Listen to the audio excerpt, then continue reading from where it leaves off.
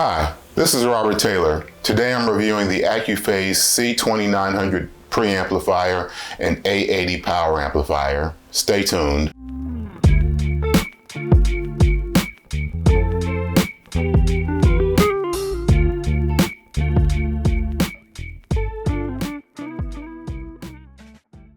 Let me be upfront about the pricing. The C2900 costs $25,975.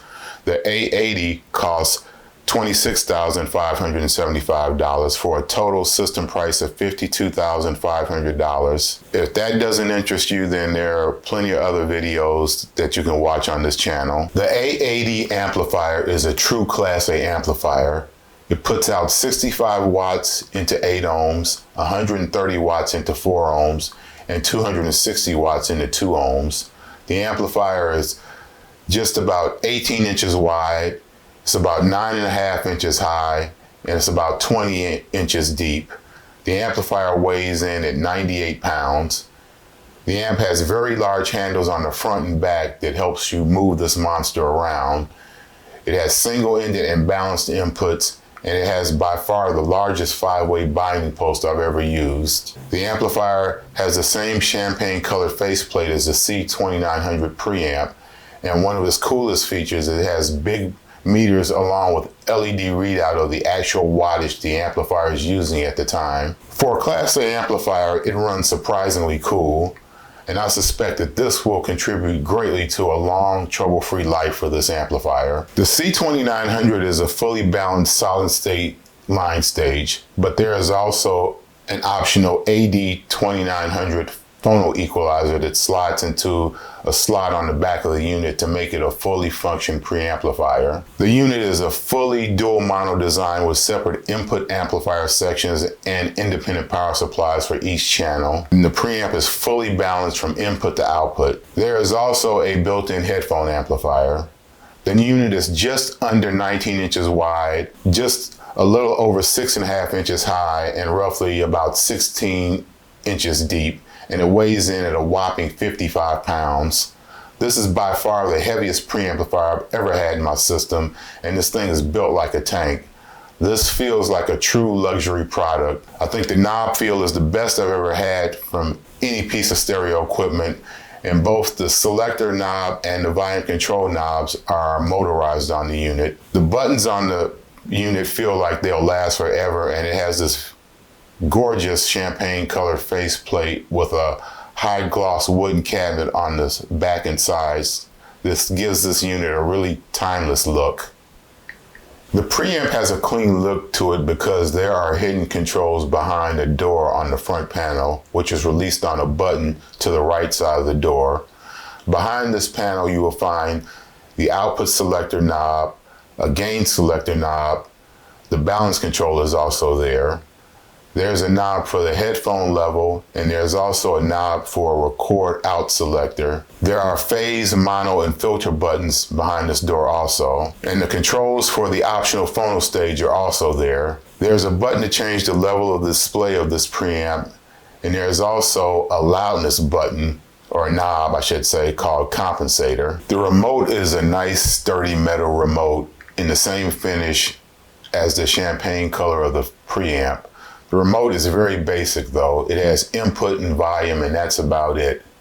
There is a button labeled attenuate, which is also on the front panel of the preamp, and when you engage this button, it doesn't fully mute the signal, but it drops the signal by about 20 decibels.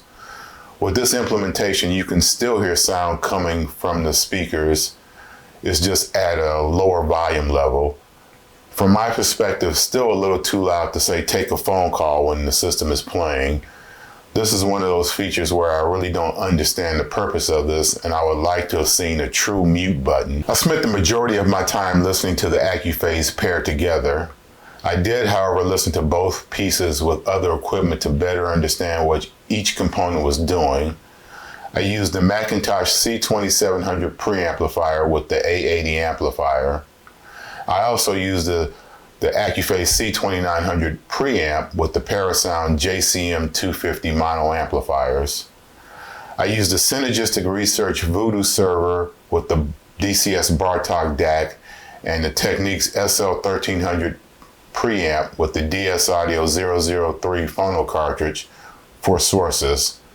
For speakers, I use the Wilson Watt Pupley mostly, but I also listen to the PS Audio FR5s. Sonically, I would say the C2900 leans slightly toward the warmer side.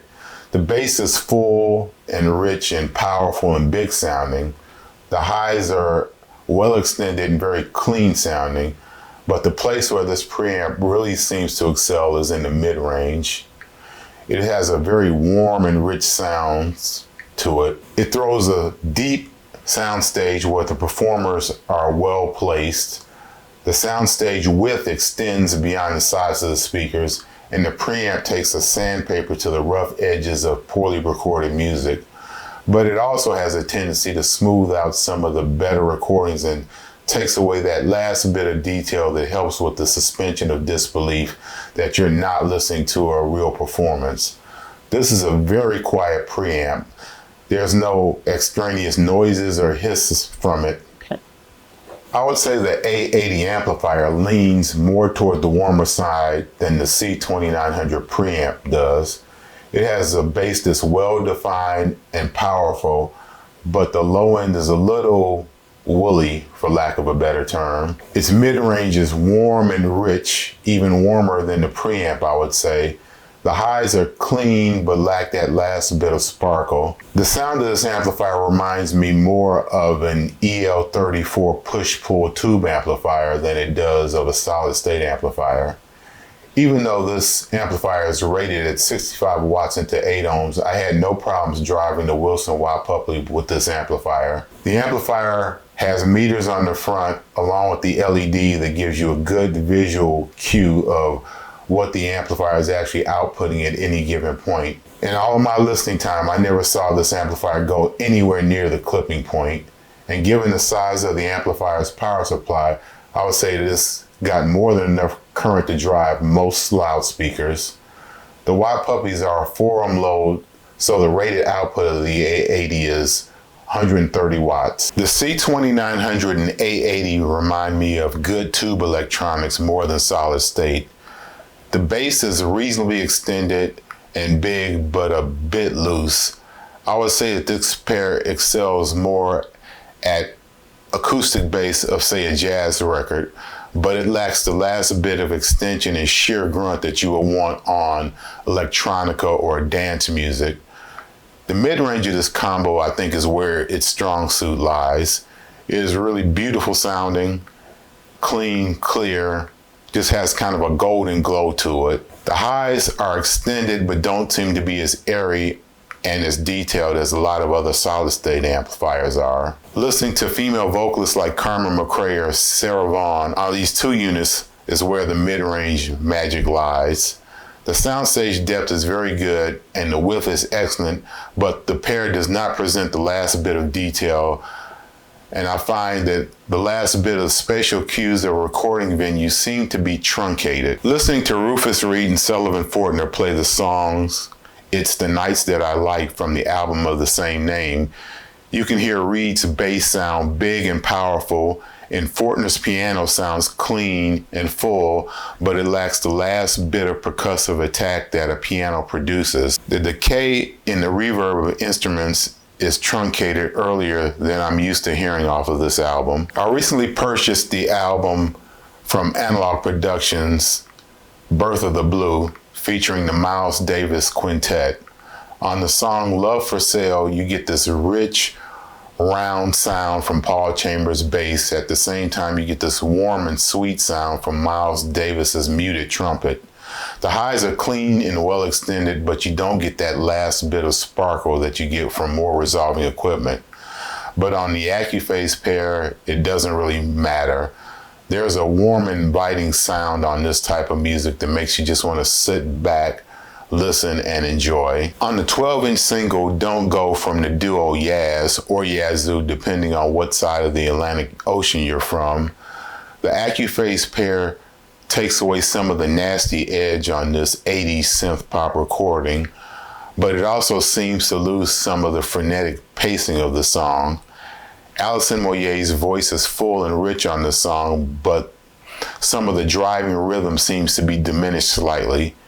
Vince Clarke's synthesizer seems to have a slight roll off at the top end. At $52,500 for the pair, the Accuphase C2900 and A80 have a timeless look, especially if you like the champagne gold finish. Both the units have outstanding build quality. I suspect you'll be able to get decades of use out of both of these products without any problems. The sound is warm and rich, and I think these are for the person who wants tube-like sound quality but doesn't want to deal with the associated issues of tubes. Thank you for watching this review of the Accuphase C2900 and A80. As always, please like and subscribe to the YouTube channel. Please check out the newsletter. Please check out the magazine, and we'll see you on the next review.